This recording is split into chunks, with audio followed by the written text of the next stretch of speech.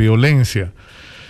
Y está con nosotros ahora el general Wilson Barrantes. Bienvenido, general. Nicolás, como siempre, un saludo afectuoso y por su intermedio a toda la radioaudiencia que nos sigue escuchándonos y por internet.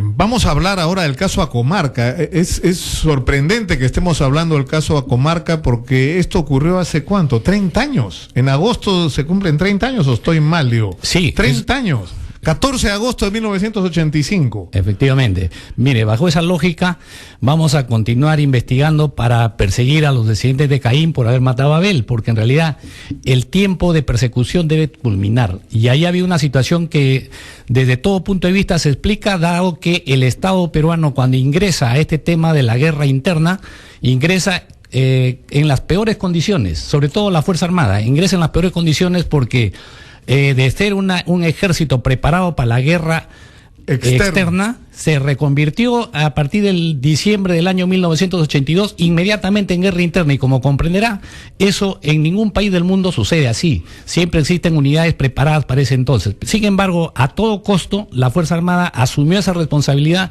y, por supuesto, tuvo como grandes, dentro de todo, tuvo algunos pequeños problemas. Yo le llamo pequeños porque en realidad después de 30 años o 20 años que han ocurrido en este proceso de guerra interna, el costo social es muy bajo referente a todos los de su género que han pasado en el mundo. Claro, ese es el gran problema. Pero en este caso concreto a Acomarca lo que ocurrió fue tremendo. Había la información de que en este poblado de Acomarca y en un lugar que se llama Yoquiapampa, habían bases de Sendero Luminoso. Entonces llegó una patrulla a la orden del subteniente Telmo Hurtado y del teniente Juan Rivera Rondón. Reunieron a la población y, según la información que yo estoy leyendo acá, que ha sido extractada de la Comisión de la Verdad, violaron a las mujeres y luego mataron a toda la gente que estaba ahí. 69 personas según las cifras oficiales, que incluía 30 niños, 27 mujeres y 12 hombres adultos. El problema es que después de esto murieron testigos de lo que había ocurrido. Y si bien esta masacre ocurre, creo que habían pasado 2, 3 semanas, ¿no? ¿Cuánto tiempo? Muy poco tiempo de la instalación, ¿no? Si claro, sumamos, son 16 días de la instalación del gobierno Alan García. Se ha incluido, se pretende incluir en el proceso al expresidente Alan García por lo que ocurrió después con el caso. Porque este caso fue trasladado a la justicia militar. Telmo Hurtado fue condenado, me parece, a 6 años, pero se acogió a la amnistía dada durante el gobierno de Alberto Fujimori y salió en libertad. Y esto fue posible gracias a una especie de tolerancia con respecto a un hecho tan grave. Entonces, usted ha estado en el proceso. Así es, general. Mire, yo ahí quiero precisarle lo siguiente. Es cierto que el informe... Porque usted dice, han pasado 30 años, oiga, pero no se ha hecho justicia. No, sí se ha hecho justicia, fue sentenciado. Mire, lo que ha ocurrido realmente, para comenzar, el informe en la Comisión de la Verdad tiene información sesgada, porque habla de que fueron a Acomarca. No, el objetivo del plan, del esquema de plan formulado para ese trabajo era una operación de reconocimiento y o combate para encontrar campamentos que estaban, de acuerdo a la información de inteligencia, por un delincuente terrorista de ese momento capturado. En esa zona, en esa quebrada, había campamentos. Acomarca está a 3 kilómetros lejos de esa quebrada. O sea, el objetivo no era la localidad de Acomarca, el centro poblado de Acomarca, el objetivo era la quebrada. Y por lo tanto, el planeamiento y todo lo que se hizo fue dentro de ese esquema plan. O sea, para establecimiento de responsabilidades, fue dentro de ese esquema plan, está particularmente la quebrada. Este subteniente, en un acto por demás censurable desde el punto de vista de cumplimiento de órdenes, él sale de ese esquema plan y se dirige al centro poblado de Acomarca. Él reconoce y asume su responsabilidad de lo que ha pasado. Él no en ningún momento ha eludido su responsabilidad, él la asume. El problema está que consecuentemente, posteriormente, ese acto se lo pretende generalizar como parte de una política sistemática del Estado. Y eso no ha ocurrido porque ese es un acto singular. Pero general, el problema es que, digamos, no se puede considerar un delito de función ni un exceso en la guerra violar mujeres ni matar niños. O sea, esos son homicidios, esos son crímenes incluso de lesa humanidad, pero el problema es cuando se habla de que esto puede atribuirse a una política de Estado, es cuando uno se enfrenta a cómo reacciona el Estado frente a estos crímenes? Y en vez de castigarlos, los encubre. No, es que no se ha encubierto, ha sido denunciado. O dice, esto es un asunto que lo tiene que ver la justicia militar, pero usted mismo está diciendo, la justicia militar no estaba preparada. El Código de Justicia Militar era para enfrentar situaciones dentro de los cuarteles de la gente que tenía el servicio militar, para reglamentar la vida cotidiana en los cuarteles, pero no para una situación de guerra. No, el Código de Justicia Militar, más bien por el contrario, sí estaba preparado para enfrentar una situación de guerra. Ya nosotros veníamos de dos procesos, el proceso del año 63 y 65, en el cual participó la Fuerza Armada en acciones contra subversivas, contra guerrilleras de aquella época, y lo hizo, y el Código de Justicia Militar fue el instrumento jurídico que ordenó ese tema. O sea, no había ningún inconveniente. El señor ha sido sancionado, pero el asunto estamos yendo... Pero general, estuvo 2 años preso. Bueno, pero yo por la muerte de 69 personas, violaciones, asesinatos de niños. O sea, ¿cómo eso puede ser considerado un castigo adecuado? No, mire, nosotros varias veces lo hemos dicho, el señor Telmo Hurtado, el Estado peruano debió enviarlo solamente 6 meses y el Estado peruano lo dejó 18 meses. De lo que ha degenerado su conducta mental en ese caso, es responsabilidad del Estado. El Estado no asume ninguna responsabilidad. Usted sabe que justamente comentábamos de que el psiquiatra que fue a Afganistán a curar a todos los soldados norteamericanos regresa a Estados Unidos y en el fuerte Alabama mata a 28, 2010. Ya, entonces, la deformación mental es un proceso que se ve envuelto todos como consecuencia del llamado shock postraumático. Yo considero que este señor Telmo Hurtado, por la forma como sigue hasta hoy, todavía sigue siendo víctima. Además, hay un peritaje psiquiátrico que se le hace. ¿Usted dice que Telmo Hurtado está loco? Yo digo que ha sido pasible de un efecto del shock postraumático. En ese momento, de repente hoy día no lo está o está peor. Eso se lo arrojará el peritaje psiquiátrico. Sí, si lo permite, general, tenemos llamadas en la línea. Adelante, buenas tardes, escuchamos.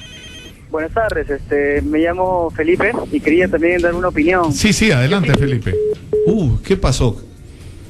¿Qué pasó? Pues sí, que vuelva a llamar, Felipe, por favor. Sí, tenemos otra llamada en la línea, adelante. Aló, buenas, ¿qué tal? Sí, buenas tardes. Me llamo Alejandro, acá de Villa María. Adelante, Alejandro.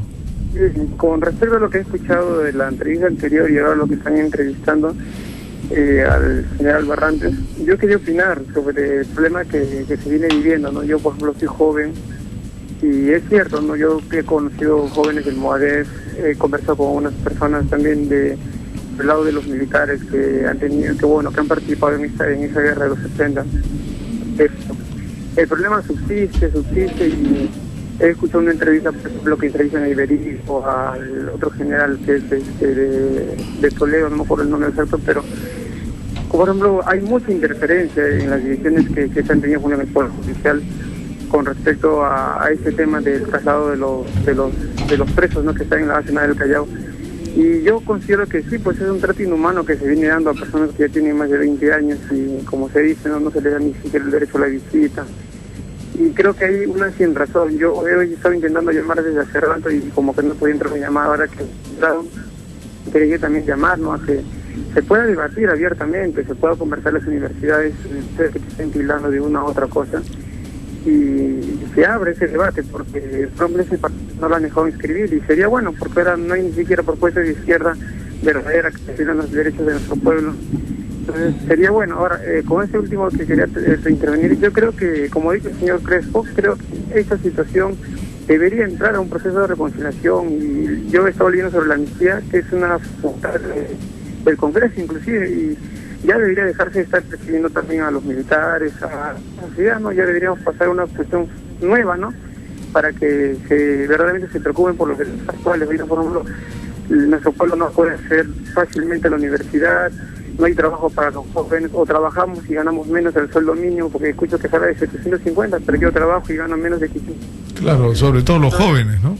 Eso, por ejemplo, yo quisiera saber, ¿no? Ahora me gustaría, por ejemplo, lo que también yo he conversado, por ejemplo, con una señora que es mi vecina, que su hijo ha sido asesinado por las Fuerzas Armadas, ¿no?, en la guerra. Bueno, su hijo era subversivo. Yo digo, ¿por qué ustedes no entrevistan a estas señoras? No, ellas también tienen su versión, han sido perseguidas, también han sido torturadas muchas, y muchas también se quedan con su verdad, no pueden decir, porque solamente yo veo que se entrevistan o siempre salen a hacer catarsis muchas personas de la guerra que no han vivido, pero como dijo el abogado del señor, o sea, son dos partes, ¿no? Cada quien tiene sus muertos y tienen el derecho a enterrarlos, a reclamar ellos. Entonces, Sí, se fue la llamada. Sí, nosotros estamos abiertos a escuchar a todo el mundo y creo que eso es lo que se trata, de establecer los puentes para que se produzca de alguna manera un encuentro y una reconciliación de a verdad, ¿no? Porque todos los que han tenido víctimas del lado que fuera tienen el corazón herido todavía, no se han cerrado las heridas, no se han cerrado, y eso es... por ejemplo, el hecho de que el juicio de la comarca todavía no termine, 30 años después casi, en agosto se cumplen 30 años y todavía sigue el juicio, ¿no? Seguimos con el general Wilson Barrantes, estamos hablando del juicio de la comarca, casi 30 años después sigue el proceso, sobre todo porque no es el único procesado, Telmo Hurtado. Procesados están desde siguiendo los patrones que el Narbolón, la Comisión de la Verdad, el comandante general, el jefe de Estado Mayor Operativo, el Estado Mayor Operativo, el comandante de batallón, los comandantes de base y los subtenientes y los soldados. Es decir, una barbaridad, porque fíjese usted, en tipo de operaciones de esta naturaleza, la descentralización es al máximo. La posibilidad de controlarlo solamente es a través del radio, y en la época no existían pues medios de comunicación con GPS ni medios de comunicación pequeños, habían unos tremendos radios Thomson, y que era el único medio, y había que orientar por lo menos media hora y prepararse para comunicarse permanentemente con ellos.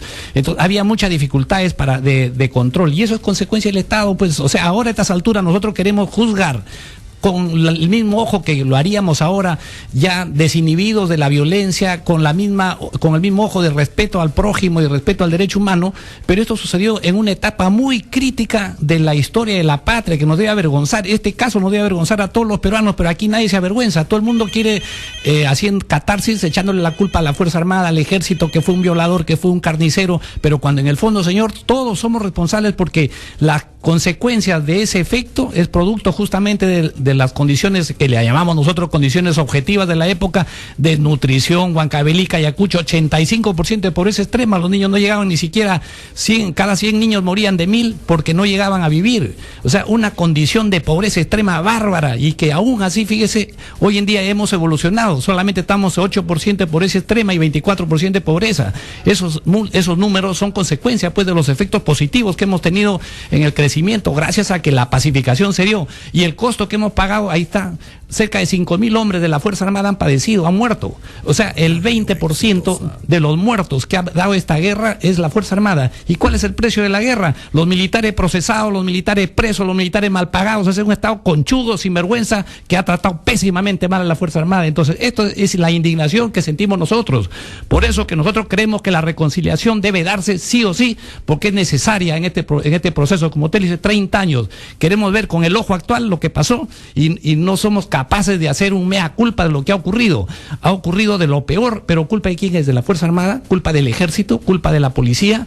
Al contrario, claro, culpa del Estado. Yo suscribo muchas de las cosas que usted ha dicho, general, pero en ese contexto hay determinados hechos que tienen que ser sacados a un lado, como por ejemplo el caso Acomarca.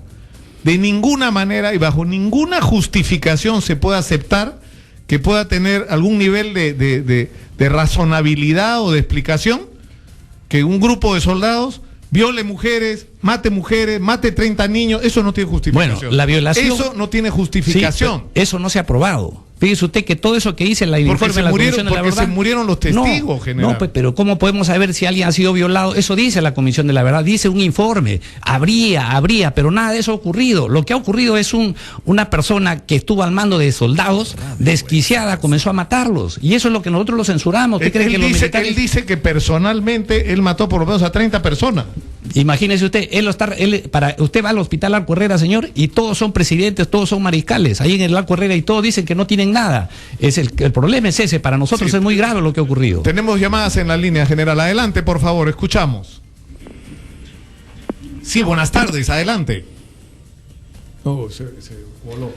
Bueno, yo entiendo su indignación, general, ¿no? Porque lo que ocurrió también en cierta medida era que los políticos le entregaron el problema a los militares, y después cuando empezaron los problemas era un asunto de los militares. Sacaron como usted dice, nadie se hizo responsable. No hay nadie. Y usted mire, entre el 80 y el 90, ¿a qué político se ha procesado? Ninguno. todos viven felices, todos han sido congresistas, presidentes y viven de lo más feliz. Y sin embargo, los miembros de la Fuerza Armada perseguidos, muchas personas ya han muerto sin poder ser sentenciados y por el solo hecho de cumplir la orden del Estado. O sea, ellos no han ido porque les dio la gana. Ni los jóvenes, fíjese usted, lo peor de todo, que los jóvenes no iban al ejército porque los muertos que habían eran demasiado altos. El 30% de las promociones que egresaban de la escuela militar se morían en los primeros 3 años de su vida. Y eso ya generaba temor, y usted se iba, 500 personas se presentaban a la escuela militar, 400 tenían que ingresar, o sea, ingresaba hasta el lumpen, ingresaba porque el estado psicológico de esa persona estaba en el nivel de riesgo 5, y eso hemos recibido nosotros, por eso tenemos que ahora hacer mea culpa, y a eso lo estamos juzgando hoy en día. Por favor, ¿dónde está el Estado que le pagaba tratamiento psicológico, que los palabras, la rehabilitación?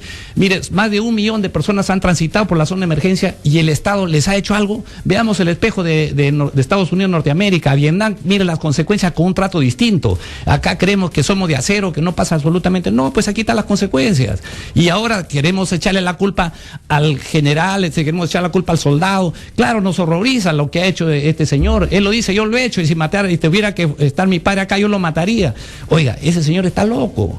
Nosotros nos da lástima, sentimos lástima por este muchacho Telmo Hurtado, porque en realidad no ha sido rehabilitado totalmente, es víctima del shock postraumático. El caso My Lai en Estados Unidos, 298 mató un subteniente de los Estados Unidos, fue condenado inmediatamente, pero a los 3 meses fue indultado por el gobierno de los Estados Unidos porque se sentía responsable de haberlo enviado a este señor allá. Y así hemos tenido varios casos en el mundo. O sea, no este es el primer caso, pero acá hay un negocio en ese sentido y no nos damos cuenta de la realidad. Vamos a una pausa y regresamos. En la primera hora del programa estuvo el abogado de Abimael Guzmán, Alfredo Crespo, general, porque estamos con el general, para los que recién se conectan, el general Wilson Barrantes. Es un general en situación de retiro y que ha dicho cosas bien crudas, pero yo creo que expresan el sentimiento de los militares en el Perú en este momento, con respecto a lo que les tocó vivir en relación a la guerra antisubversiva. Les echaron la pelota, los dejaron sin recursos, sin apoyo, y sin apoyo político tampoco, y cuando vinieron los problemas la culpa fue de ellos, de nadie más que de ellos, y los políticos se sacudieron la responsabilidad sobre la situación que ellos mismos habían creado. Pero me refiero a Alfredo Crespo, porque Alfredo Crespo está diciendo que la reconciliación está pendiente, que debería haber una amnistía general. ¿Usted, es verdad, general, que usted se presentó el día que, valga la redundancia, presentaron el libro de Abimael Guzmán? Claro que sí, lo hicimos por 2 cosas, por el interés que teníamos de saber en qué estado está. Queríamos confirmar, para nosotros Sendero Luminoso caducó el año 99 cuando fue capturado Feliciano, el último elemento de Sendero Luminoso, muy independientemente de lo que diga el señor Crespo. Pero a partir de ese momento, los delincuentes que han quedado remanentes, que eso ha pasado también en la China de Mao, se convierten en bandas armadas, y lo dice en la entrevista del siglo a Abimael Guzmán. Esos delincuentes se han dedicado a todo menos la guerra política. Ellos, ¿qué han hecho? Han hecho tomar como pretexto los pensamientos maoístas, como son la guerra de guerrillas y todo ese tema. ¿Para qué? Para seguir en el delito del narcotráfico. Hoy en día, lo ha dicho el propio comandante, el Comando Operacional Brain, ha reconocido que es el grupo que está ahí presente, es una banda de delincuentes armados dedicados al narcotráfico, y hay que combatirlos porque tienen un aparato armado que no sería posible con la policía, sino con la Fuerza Armada. Lo ha dicho el presidente, que no hay terrorismo en el país, el 29 de diciembre del año 2013. Entonces nosotros lo hemos dicho, ¿cuándo? Lo hemos dicho el 2009, lo hemos dicho públicamente, y hemos pedido que depongan las armas cuando realmente Sendero ya había depuesto las armas. Lo que ha ocurrido, queremos acá mantener y congelar la pantalla, sino notar que hay el terrorismo, el cuco de terrorismo, el cuco del terrorismo, y eso no existe. Dejémonos de tonterías y hablemos las cosas como son. Acá no existe terrorismo, porque eso de alguna manera es negocio para alguien. En este caso, para quienes trafican con los derechos humanos, o para los que viven de este tipo de cosas, porque sendos cantidades de dinero se han dado y que han llegado del extranjero, y por otro lado las reparaciones jugosas. A nosotros nos llama la atención, por ejemplo, que nuestros comités de autodefensa, que hoy día siguen abandonados, no se le ha reparado por los muertos y la cuota de sangre que puso del 80 al 90, ni un solo sol. Yo he concurrido para los tenientes gobernadores y agentes municipales que han fallecido en la guerra al Ministerio del Interior, y dicen que ya están viejos y que no le corresponde. Este Estado tramposo, señor, no puede seguir en esta circunstancia comportándose como unos Estados corsarios, como unos sinvergüenzas. Y eso es lo que ha pasado, y eso nosotros no debemos tolerar. Pero general, lo que está pasando en el BRAE, yo he leído un reporte de Raúl González, el sociólogo Raúl González, que es un hombre que por lo general está bien informado sobre lo que pasa en este mundo de la subversión corrupción y del narcotráfico, y él relata que ha habido una asamblea de 12.000 cocaleros en Palmapampa, que no es poca cosa. Ellos dicen que eran más, pero Raúl González dice que son por lo menos 12.000 los que se reunieron, y que han decidido que no van a aceptar la erradicación forzosa. Pero, ¿y cuál es el problema?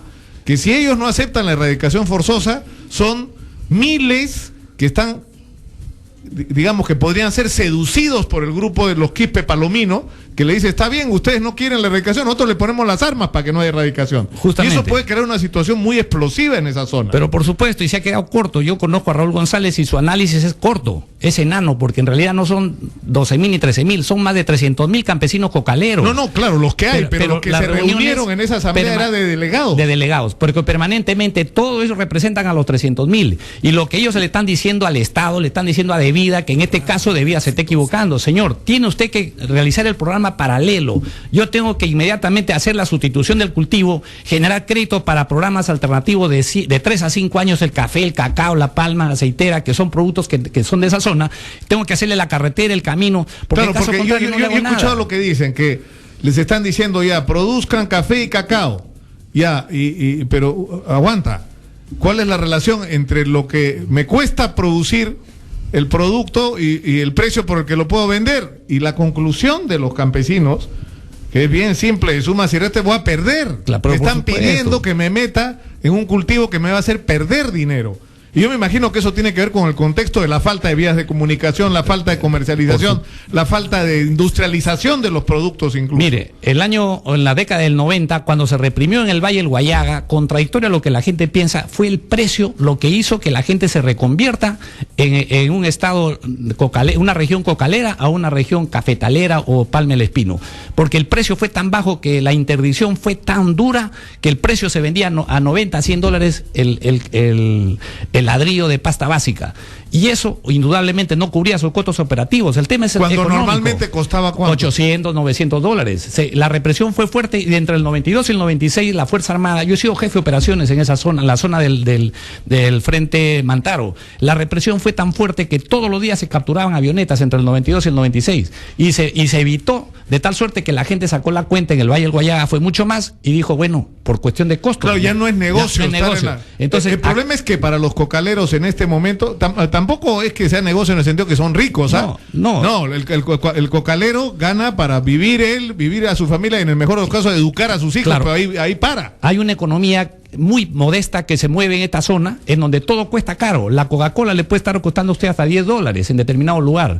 ¿Por qué? Porque ese dinero que deviene del narcotráfico genera, no se olvide, 5 cosechas al año, se producen más de 20.000 kilos de hoja de coca por hectárea, que cuando se reduce y se seca se baja a 10.000, y que de ahí pueden sacar 10 o 12 kilos de pasta básica. El negocio viéndolo así, pero en realidad la economía que se maneja en ese sentido genera más o menos a 400 o hombres por cada hectárea que vienen a deshojar hoja de coca. Por eso que hay alto índice de deserción escolar, por eso que hay alto índice de gente que se dedica a otras labores y no solamente a eso. O sea, la atractividad de la coca es mayúscula. El problema es que cuando uno viene y les habla, vamos a erradicar los cultivos, lo que tiene que hacer es ofrecerles algo que le permita tener por lo menos lo mismo que están teniendo ahora. Pero por supuesto, tiene que darle usted el crédito. O sea, no les puedes decir, vamos a erradicar la hoja de coca, ¿y cuál es mi destino? Bueno, no sé, ya veremos. No es así. Además, esa es la gente que ha combatido. Esa gente que eso es lo que yo quería preguntarle.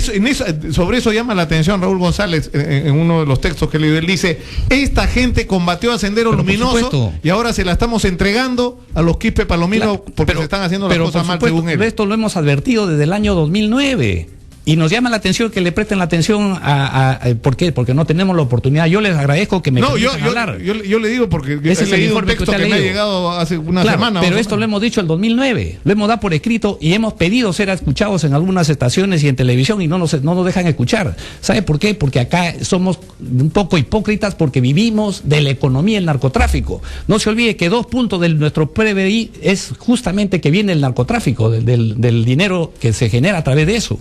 La minería le está dando 2 a 3 puntos, la minería informal le está dando 1 punto, ilegal, digamos ahora, pero el narcotráfico está metido en las dos cosas, y por eso que el narcotráfico es el alimento de la minería ilegal, ¿Por qué? De la corrupción. Y el gran problema que tenemos hoy en día es la corrupción y la minería ilegal que recibe los recursos del narcotráfico. Por eso que aquí en este caso tenemos que tener un tratamiento muy fino.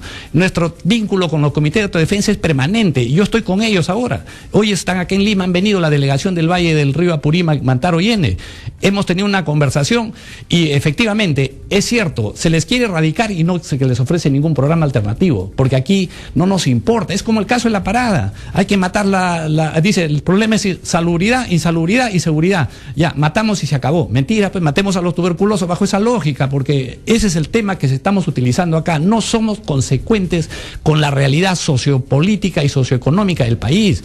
Y ese es el problema. No nos olvidemos que lo que vivimos en el pasado fue por eso. Y hoy que tenemos mejores recursos, mire, hemos bajado los niveles de pobreza. Yo le mencionaba, 5.000 millones de soles son los programas de ayuda social. El presupuesto del Ministerio de Defensa es 6.400. El presupuesto del Ministerio del Interior 6.900, 6.800. Y tenemos que solucionar los problemas de inseguridad, los problemas del frente interno. Y sabe usted, de ahí el procurador, el Contralor de la República dice que el 50% se va en corrupción, porque en realidad así está sucediendo. No hay una verdadera focalización de los problemas y nuestros compatriotas que están en la zona del Brain, es delicado lo que ellos están pasando. Tenemos que centrarnos y escucharlos. Y eso es grave. Yo le puedo traer a la gente para que narren directamente su problemática. Pero ¿por qué no? Yo lo comprometo, general Barrantes, a hacer eso. Porque realmente me interesa mucho que hagamos esto y lo podemos hacer, no sé, mañana. Usted dice que está acá. Están acá.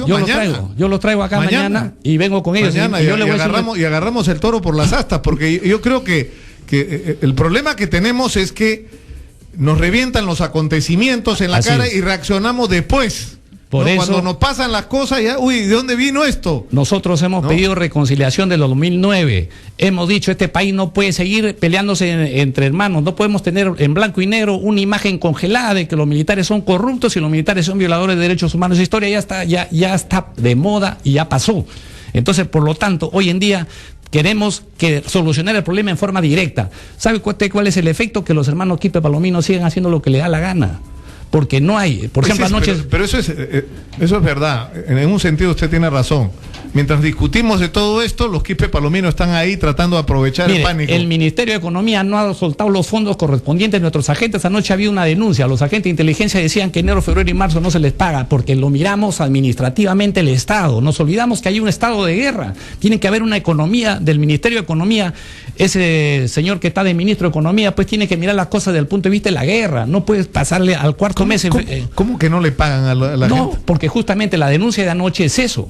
Que la denuncia que se pasó en un programa noticioso, los agentes reclamaban que enero, febrero y marzo no les pagan porque el presupuesto general de la República empieza a partir del 1 de abril. Si bien es cierto, se programa. ¿Y de qué vive esta gente enero, febrero y marzo? Eso es lo que ya hoy día la gente ya no se queda callada, sale a la luz. ¿Qué puede hacer el jefe del BRAE? Nada. ¿Qué puede hacer el jefe del Comando Conjunto? Nada. ¿Qué puede hacer el ministro de Defensa? Nada, porque todo viene del señor Castilla, que es el dueño del Perú. Entonces ahí estamos fregados. Esta es una economía de guerra. Si queremos solucionar esto, tenemos que ser consecuentes. Así como se quejan los policías que se van, hacen el operativo y no le dan los viáticos, sino después entonces estamos en ese problema muy mal. Eso decía, ¿no? Llamó un policía diciendo que los estaban mandando. Bueno, el general Urresti dice que no, que hay presupuesto, pero de lo que dicen acá, lo que pasa allá, no, la realidad a veces la realidad es distinta. Decía por que eso los habían mandado al operativo de Chala, me parece, y que no les habían dado viáticos, ellos tenían que ver dónde dormían, ellos tenían que ver dónde comían, o sea, tampoco se pueden hacer así. Por eso tenemos que hacer un alto y ponernos a pensar y trabajar directamente, no digamos dejar que los acontecimientos nos revienten como lo que nos va a reventar con el narcotráfico. Y ojo, en México el problema de los Z es una organización que pertenece a quién, a las defensas y a las fuerzas especiales de la Fuerza Armada y la policía. Se convirtieron en un cartel. ¿Por qué? Porque no les pagaban, pues se dedicaron al delito. Y llegamos a que tuvo que salir una organización, los Mataceta, más fuerte que esa. Entonces no podemos llegar a eso, pues ya la violencia la hemos pasado. Nosotros tenemos que parar la mano y decir, señor, y es tiempo de reconciliarnos. ¿A quién le cuesta la reconciliación? Probablemente nos dicen, no, la reconciliación, la memoria colectiva. Claro, la memoria nos dice que hay hechos que no los podemos perdonar. Usted mismo me lo dice y yo también lo digo. También nosotros censuramos, pero ¿saben ustedes lo que le pasó a la Fuerza Armada? Alguna vez la Fuerza Armada se ha sentado y le ha dicho, señor, yo he perdido a mi amigo, a mi compatriota, a mi camarada de armas. Hemos perdido el efectivo de todos los suboficiales de Marina de Guerra del Perú. Lo hemos perdido. Imagínese usted en la guerra y nadie dice nada. O que lloren cada los militares a su muerto. Cuando nosotros estábamos velando a nuestros muertos, ¿qué hacía el presidente de la República? En Naplo, en Pucusana, Entonces, por favor, entonces esas cosas a la Fuerza Armada le indignan, porque hemos sido tonto útiles, hemos contribuido con nuestro patriotismo y hemos tratado de poner lo mejor de nuestros esfuerzos, y bueno, pues hay consecuencias. No le hemos pagado cambios, no le hemos tratado, más de 1 millón de soldados que han sido transitados por la zona de emergencia y nunca le hemos dado una atención. Yo le pido, general, que dejemos el tema acá, y yo lo comprometo a que usted venga con estos dirigentes de las autodefensas del BRAE, que de verdad nos interesa mucho escuchar lo que tengan que decir, claro que porque sí. Además entiendo que no están contra la erradicación, no están contra la sustitución, están de acuerdo, pero, están de acuerdo, exactamente. Pero que no sea una catástrofe para ello. Lo comprometo. Muchas gracias, general. Gracias a usted, María, y un saludo a toda la opinión pública. Gracias.